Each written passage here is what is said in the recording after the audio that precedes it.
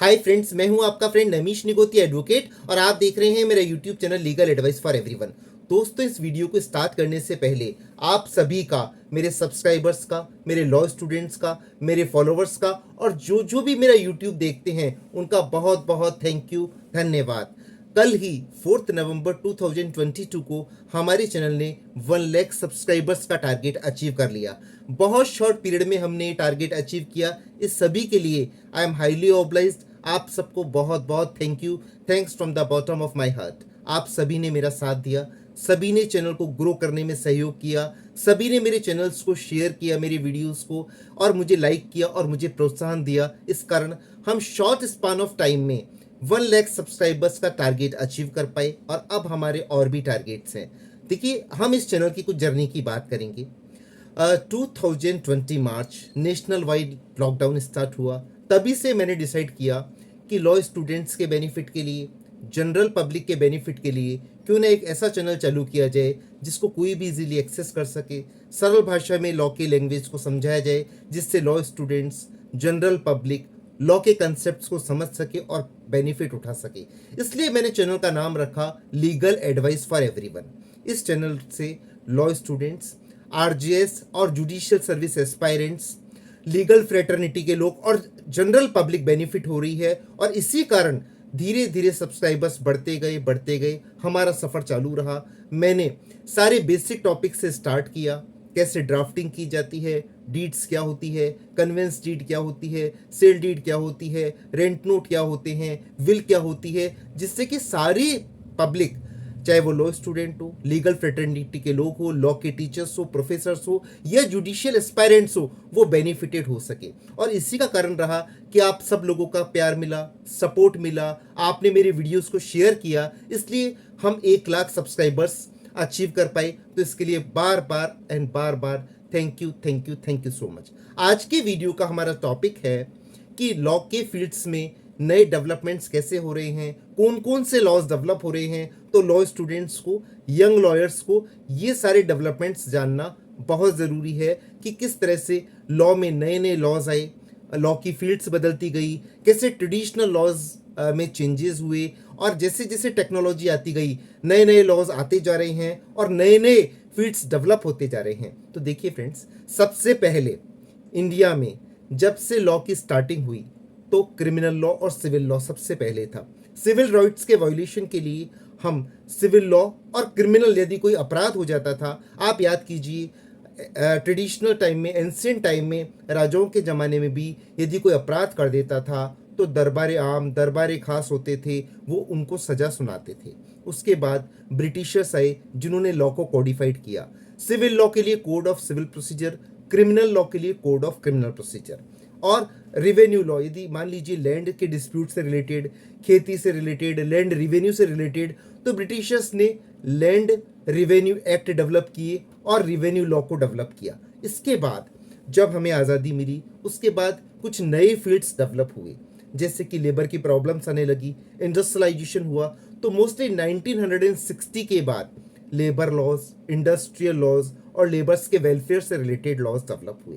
और जब family disputes होने लगे, 1955 में हिंदू लॉ कॉडिफाइड हुआ, तो परिवारों के बीच में, हस्बैंड एंड वाइफ में तो मैट्रिमोनियल डिस्प्यूट आने लगे, तो पर्सनल लॉज का डेवलपमेंट हुआ। इसके बाद 1986 के बाद कुछ नए लॉज आए, जैसे कंज्यूमर प्रोटेक्शन एक्ट। पहले तो सिविल लॉ में ही लोग बाग केस किया करते थे, लेकिन जब कंज्यूमर डिस्प्यूट बढ़ने लगे तो गवर्नमेंट ने, लेजिस्लेचर ने डिसाइड किया कि नया लॉ डेवलप किया जाए और द कंज्यूमर प्रोटेक्शन एक्ट 1986 बनाया। अब द कंज्यूमर प्रोटेक्शन एक्ट 2019 हो गया उसका नाम। उसके बाद जब चेक की डिस्प्यूट बहुत बढ़ने लगी तो नेगोशिएबल इंस्ट्रूमेंट एक्ट में अमेंडमेंट किया गया। वैसे ओरिजिनल नेगोशिएबल इंस्ट्रूमेंट एक्ट तो 1881 का है, लेकिन लेटर ऑन 1919 के बाद इसमें अमेंडमेंट किया गया और 1984 से अमेंडमेंट स्टार्ट हुए हमारे ऑनरेबल प्रेसिडेंट राजीव गांधी के समय से, और नेगोशिएबल इंस्ट्रूमेंट में सेक्शन 138 जोड़ा गया।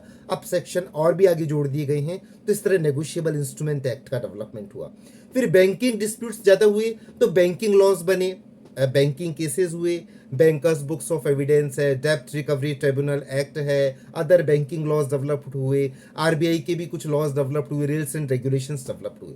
फिर मोटर एक्सीडेंट्स के केसेस बहुत ज़्यादा बढ़ने लगे, तो मोटर एक्सीडेंट क्लेम ट्रिब्यूनल बनाए गए और एमएससीटी के लॉज डेवलप हुए। तो इस तरह से रेगुलरली हमारे लॉ में की फील्ड में नए नए एक्ट्स, नई नई फील्ड्स डेवलप होती जा रही है।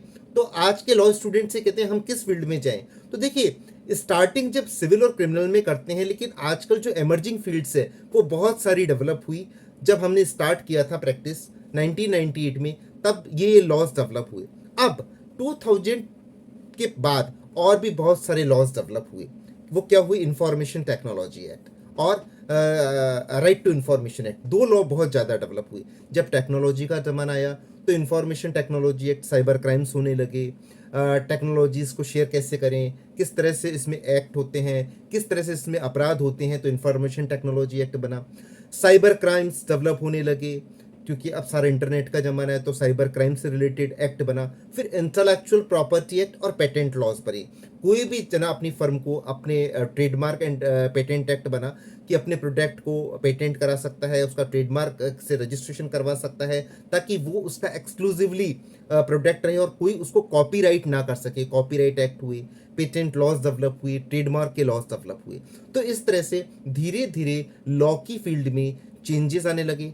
प्रैक्टिस का स्कोप अब ट्रेडिशनल जो सिविल था, जो रेवेन्यू डिस्प्यूट्स थे, धीरे धीरे कम होने लगे। ऐसा नहीं है कि अब सिविल डिस्प्यूट नहीं होते हैं, रेवेन्यू डिस्प्यूट नहीं होते हैं, वो अब भी होते हैं। लेकिन बहुत सारे केसेस थे, जैसे मान लीजिए प्रीएम्पशन केस, और मान लीजिए कि injunction case, specific performance of contract के केस, इजमेंट्री राइट्स के केस, इनका स्कोप धीरे धीरे कम होने लगा और नए एक्ट्स ने इनका स्थान लिया और नई लॉ की फील्ड्स डेवलप हुई। लेकिन अब इसके बाद बहुत सारी रिसेंटली जो 2000 मैं कहूँगा 15 के बाद डेवलप हुई, उनको भी लॉ स्टूडेंट्स को, यंग लॉयर्स को जानना बहुत ज़रूरी है। तो देखिए, जब प्रॉपर्टीज़ में फ्लैट्स का कल्चर आया, सोसाइटी बनने लगी, तो बहुत सारे dispute RWA, resident welfare association, और ओनर जो प्रॉपर्टी के जो डेवलपर थे, बिल्डर थे, उनके बीच में होने लगे।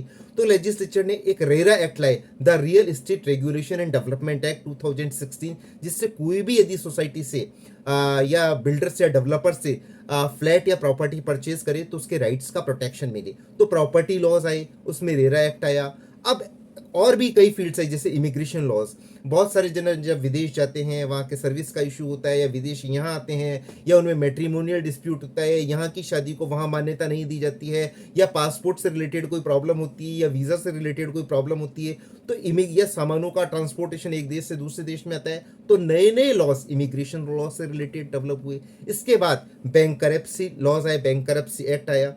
कोई बैंक करप्ट हो जाते हैं तो उनके क्रेडिटर्स और डेटर्स का किस तरह से उनकी प्रॉपर्टी से रिकवरी की जाती है, ये लॉज डेवलप हुए। अब एक एनवायरनमेंट प्रोटेक्शन लॉज भी डेवलप आया, एस्टेब्लिशमेंट ऑफ ग्रीन ट्रिब्यूनल हुआ, और पूरे नेशनल वाइड इसका जो है ग्रीन ट्रिब्यूनल का एस्टेब्लिशमेंट, ग्रीन ट्रिब्यूनल्स एस्टेब्लिश्ड हुए, एनवायरनमेंट लॉज डेवलप हुए, और इसका भी बहुत ज़्यादा एक इफेक्टिव लॉ डेवलप हुआ। और अब जो data protection and privacy laws आया, और एंटरटेनमेंट लॉज भी आए। तो ये नई की लॉ की नई फील्ड्स डेवलप हुई, जो यंग लॉयर्स को जानना बहुत ज़रूरी है, क्योंकि अब स्कोप लॉ की फील्ड में बहुत बदल रहा है। वंस अगेन 1 लाख सब्सक्राइबर्स होने पर आप सभी को, मेरे सब्सक्राइबर्स को, फॉलोवर्स को, लॉ स्टूडेंट्स को, और जो जो भी मेरा वीडियो देखते हैं उनको बॉटम ऑफ द हार्ट से thank you so much, thank you so much.